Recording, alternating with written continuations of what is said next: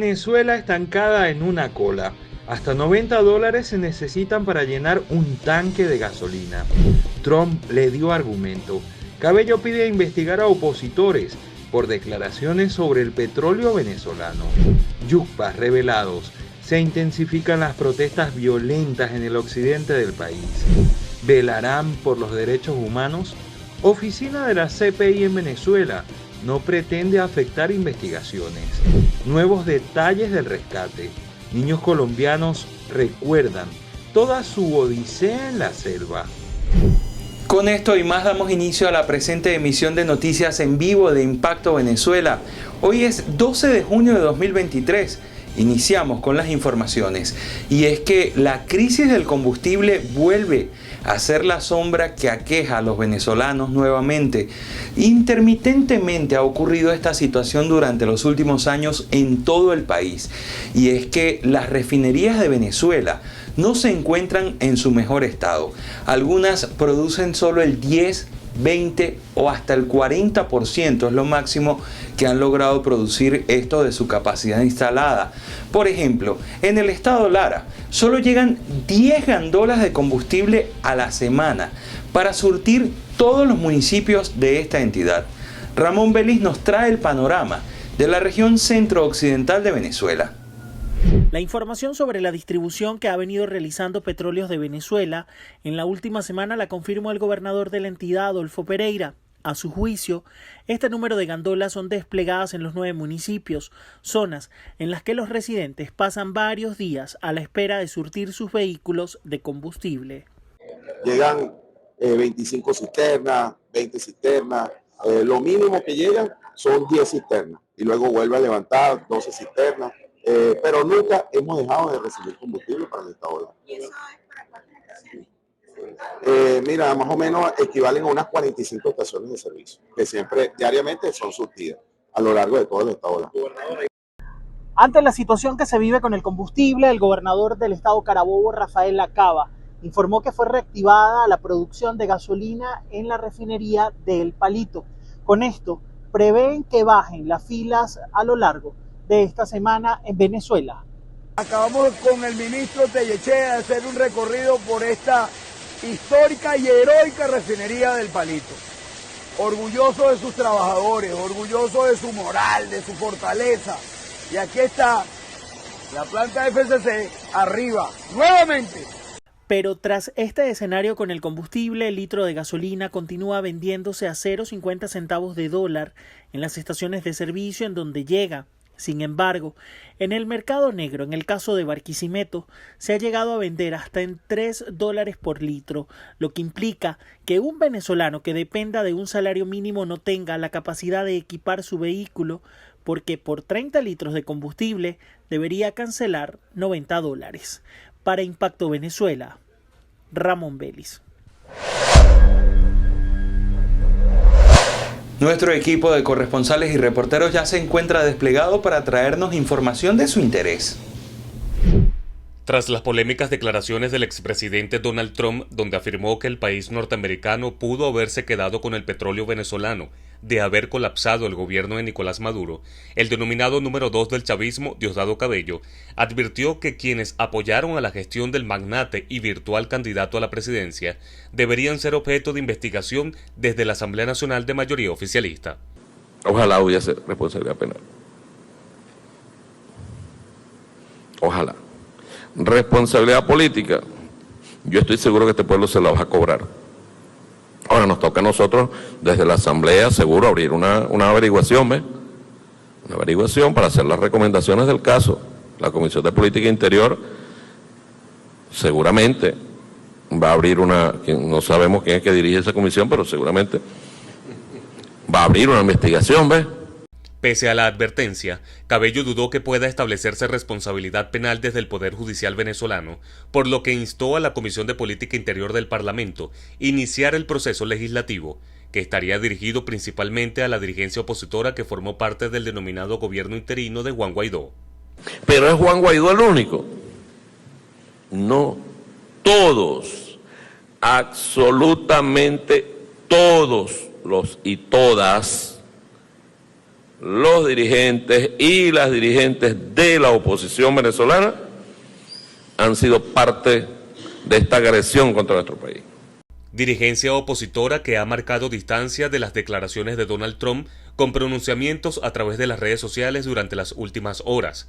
Sin embargo, estas comprometen a muchos líderes que tuvieron comunicación directa con la anterior administración de los Estados Unidos. Desde Caracas, Joan Álvarez, Somos Impacto Venezuela. Próximamente, la Corte Penal Internacional activará una oficina en Venezuela para brindar asistencia técnica al Estado venezolano e implementar mecanismos que permitan detectar las fallas en las investigaciones por delitos de lesa humanidad y violación a los derechos humanos. Ante esta posición y la incertidumbre de cómo se manejarán los casos de ahora en adelante, el director de la ONG Acceso a la Justicia, Ali Daniels, aseguró que la instalación de esta oficina no afectará el debido proceso de las investigaciones. Aunque esta oficina no va a tener competencias de investigación, sí va a tener un conocimiento de mano directa de lo que ocurre en el país, y eso es inestimable en sí mismo. Por otro lado, está el hecho de que la complementariedad, es decir, el cumplimiento de las obligaciones del Estado en materia del Estatuto de Roma, es parte de las labores de la oficina, que el gobierno dice que está cumpliendo con la complementariedad positiva. Bueno, la oficina tiene que evaluar si esto efectivamente es así o no. Eso no tiene nada que ver con la investigación, pero es un elemento positivo. Y por otro lado, está el tema de que los funcionarios venezolanos ya no podrán alegar falta de capacitación para cumplir con las obligaciones del estatuto. Esta sería la tercera visita del fiscal Karim Khan a Venezuela, en un contexto marcado por la ausencia de información oficial en torno a los casos de delitos de lesa humanidad y que además daría seguimiento al memorando de entendimiento basado en el principio de complementariedad del Estatuto de Roma, firmado en noviembre del 2021, y concretará la apertura de la oficina. Lo cierto es que esta oficina no viene a presentar informes públicos, de modo que no tiene por qué granjearse el favor del gobierno. Y los funcionarios que vienen a dar la capacitación técnica no tienen nada que ver ni están vinculados con los funcionarios que están procesando los casos en La Haya. De modo que no hay, digamos, capacidad de infiltrar en los equipos porque se trata de personas que tienen responsabilidades diferentes y no tienen que ver uno con el otro. Hasta el momento se desconocen las fechas exactas de la instalación y trabajo, pero se estima que sea este mismo año. Además, se aclara que en dicha oficina no estará establecida para recibir testimonios o denuncias de crímenes de lesa humanidad ni recabar información. Es importante recordar que la Fiscalía de la CPI ordenó abrir en 2021 una investigación formal a Venezuela por presuntos crímenes de lesa humanidad, a lo que el gobierno de Nicolás Maduro se ha mostrado irreverente, llegando a pedir incluso su aplazamiento. Informó para ustedes Génesis Pérez, Somos Impacto Venezuela. Yucpas atacaron un puesto policial de la PNB, hiriendo a 7 funcionarios y posteriormente tomaron un viaducto que comunica el occidente de Venezuela con el centro del país. Todo esto en 24 horas. Los yucpas pasaron de cobrar peajes en la vía Machiques de Perijá a simplemente tomar por asalto sedes e instituciones policiales y militares. Recientemente en la Villa del Rosario rompieron el bloqueo instalado para pasar hacia Maracaibo. No fueron nada sutiles al hacerlo. Seguí grabando y te saco el ojo con esta vergüenza. ¡Te lo saco! Lo más reciente, tomaron por segunda vez en una semana el puente general Rafael Urdaneta, vía que comunica al occidente del país con los estados centrales. Estamos aquí desde el puente general Urdaneta, señores. Los yupas tienen tomado el puente, señores, porque ellos quieren cobrar el peaje. Esto es increíble, señores, esto es increíble. No tenemos gobierno. Allá está la policía, la guardia y no hacen nada, señores. Y ahí lo que hay son un reducido grupo de indígenas yupas, señores. Aquí hay gente en cola, señores. Miren cómo está esta cola aquí. La cola larga. Hay gente que quiere pasar. Aquí vienen medicinas, aquí vienen alimentos, aquí viene de todo. Y, señores, no puede ser que estemos pasando estas penurias. Reclaman por la imposibilidad de viajar a Caracas para vender sus artesanías. Hasta los momentos, ninguna autoridad nacional se ha pronunciado por todas estas acciones de los indígenas, sobre todo por el tema que son considerados patrimonio de la nación, pero sin embargo violan las leyes establecidas. A los indígenas de esta etnia se les favoreció con la demarcación indígena. Se les entregaron tierras que supuestamente eran ancestrales, muy a pesar de que estas tierras estaban en fincas y unidades de producción agrícola por excelencia. A pesar de todo esto, al parecer, no ha sido suficiente para ellos. Para Impacto Venezuela, desde el estado Zulia, Lenín Danieri. El secuestro del jovencito se registró en horas de la tarde de este viernes en la finca propiedad de sus padres, ubicada en la vía Múcura a Tapirire. De manera extraoficial se conoció que 4 sujetos armados llegaron hasta este inmueble y se llevaron al chico a la fuerza. Horas después se comunicaron con sus familiares y le exigieron ganado a cambio de su liberación. Sin embargo, tras una fuerte presión ejercida por efectivos del Cuerpo de Investigaciones Científicas Penales y Criminalísticas, Delegación Municipal del Tigre y del Grupo Antiextorsión y Secuestro de la Guardia Nacional Bolivariana, el pequeño fue liberado entre la maleza. El chico quedó desorientado varias horas hasta que logró ser ubicado por estos efectivos policiales. Se supo que en horas de la mañana de este lunes el jovencito sería sometido a exámenes en médico forense. Desde el estado Anzoátegui, para Impacto Venezuela, les informó Susana Quijada. En efecto, habitantes de Hoyo de la Puerta están a la expectativa en relación con los trabajos que inició este lunes la alcaldía de Baruta en la vía principal, pero advirtieron que el resto de esa carretera sigue deteriorándose y hablaron de otros males que están enfrentando. Manifestaron que de algo sirvió la protesta de la semana pasada cuando cerraron la vía y presionaron a las autoridades. Aquí en Hoyo de la Puerta sí verdad necesitamos que arreglen la vía porque eso no sirve. Los autobuses no están haciendo ni la transferencia porque traen de Baruta hasta aquí hasta San Luis. La gente tiene que irse caminando de aquí de San Luis hasta Laurel, hasta la Cortal Guayabo porque la vialidad no sirve. Pues, y el paso malo se terminó de echar a perder y no hacen nada por arreglarlo. Pues lo que hacen es echarle un pote de humo y ya. Los estudiantes también han sido afectados por el mal estado de la vía, por no contar con el transporte público.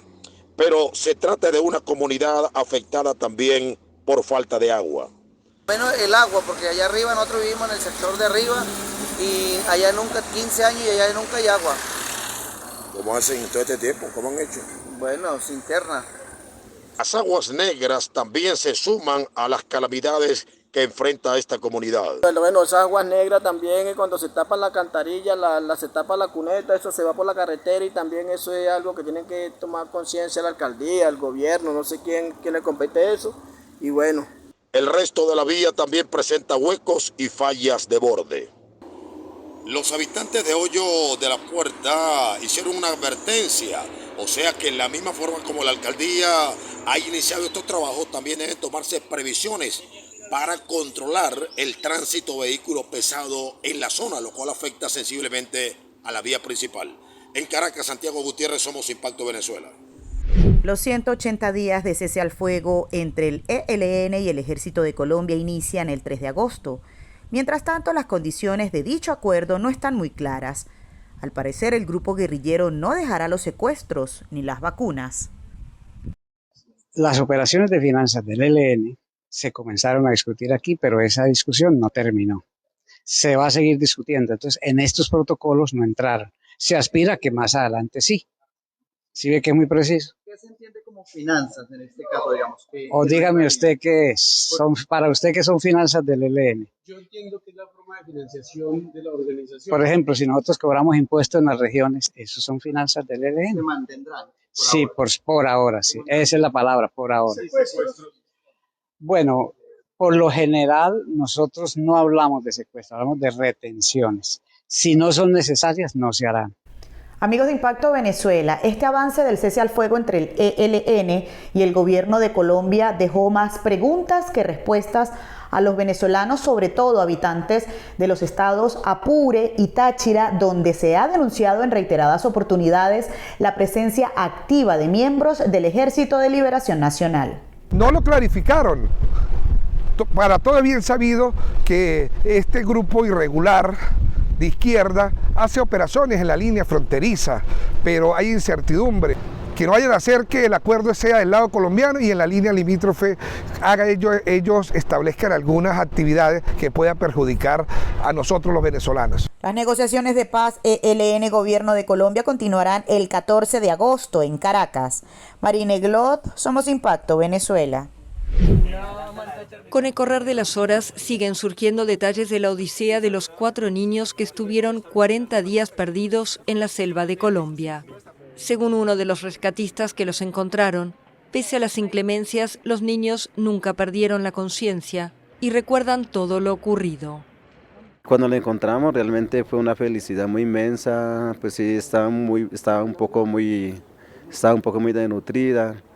Pero lo que admiramos de los 4 menores, independientemente de la niña que no habla, era que ellas no habían perdido el conocimiento, se recordaban de todo.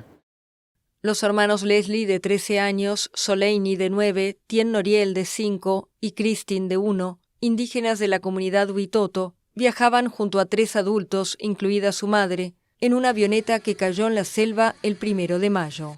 Todos los adultos murieron.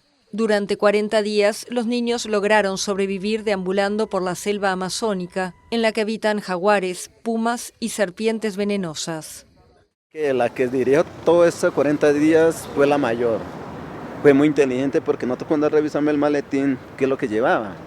Claro, ella cogió el toldillito, cogió la toallita, el pedazo del camping, se echó una linterna con batería de un par, pero ya estaba desgastada.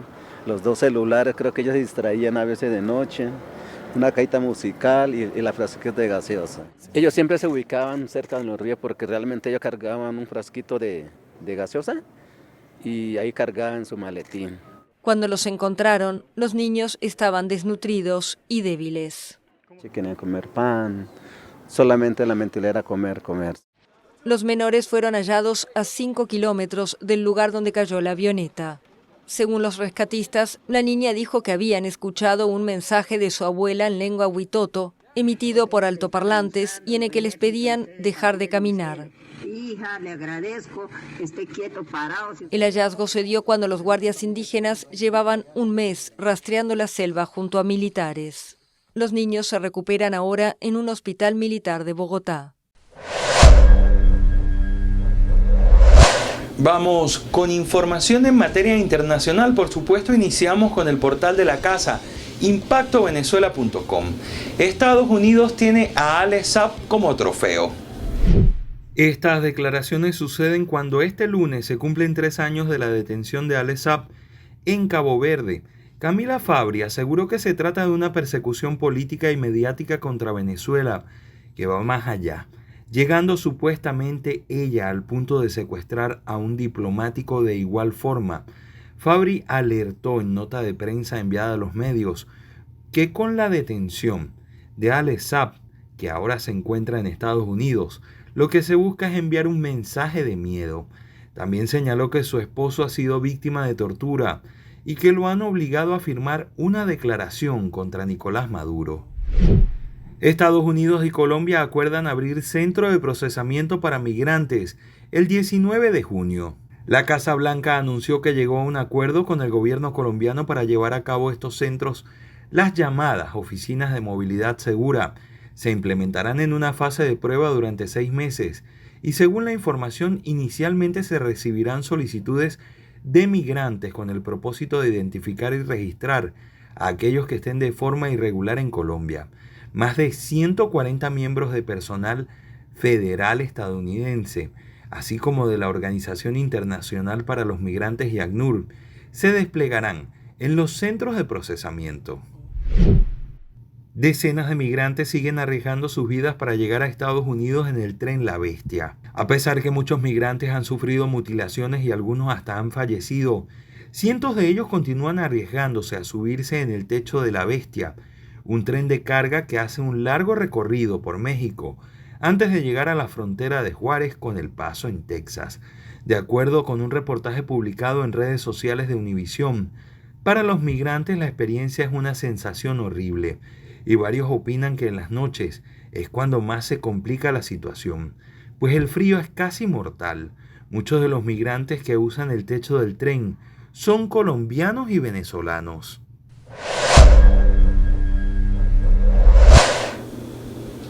El internacionalista Alejandro Cardoso asegura que Gustavo Petro le volvió a abrir las puertas al mundo internacional a Nicolás Maduro. Y es que las acciones del presidente de Colombia estarían fijadas para lograr que se abran los caminos a Venezuela. Esto en medio de un escándalo que fue despertado por el ex embajador colombiano Armando Benedetti, quien asegura que desde Venezuela se financió parte de la campaña de Gustavo Petro hacia la presidencia de Colombia. Pero, ¿qué implicaciones trae esto para nuestro país y cuáles serían las consecuencias? En Cara a Cara con Mildred Manrique se los contamos y les dejamos un pequeño fragmento. Por supuesto, si usted quiere ampliar esta información, vaya a nuestro canal de YouTube.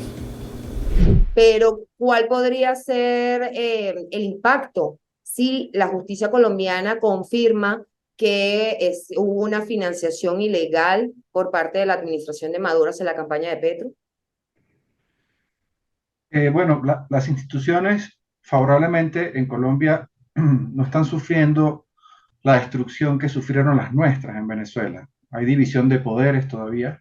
Y seguramente si se encursa una investigación seria respecto a esa sospecha, pues habrá consecuencias sobre la administración de Petro y sobre todo sobre los actores que pudieron ser puente en esta financiación.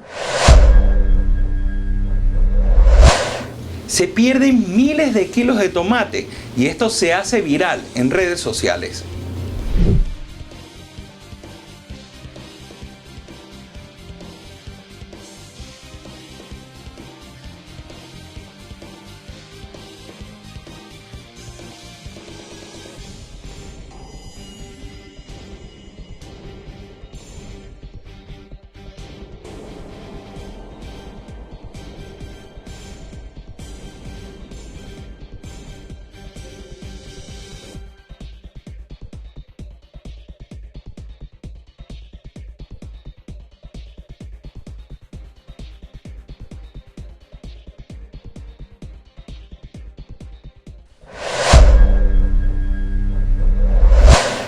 Llegó el momento de interactuar con nuestra audiencia a través de la pregunta del día de Impacto Venezuela.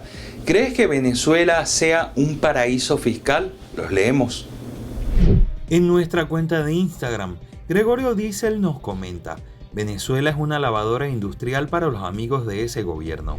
El usuario Dalmiro Parra nos dice en nuestra página de Facebook: Venezuela es un paraíso fiscal para los corruptos.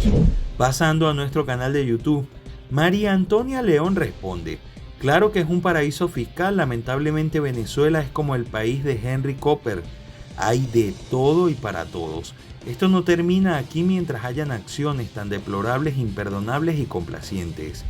Leonarda Lizano también nos dice: claro que lo es, para todo el que quiere llevarse una buena tajada de Venezuela, lo hacen sin remordimiento y con complicidad del gobierno. Y José Manuel Longa comenta: claro que Venezuela es un paraíso fiscal. Gracias a eso, tantos grandes emprendedores con ventas de carros lujosos, bodegones y otros.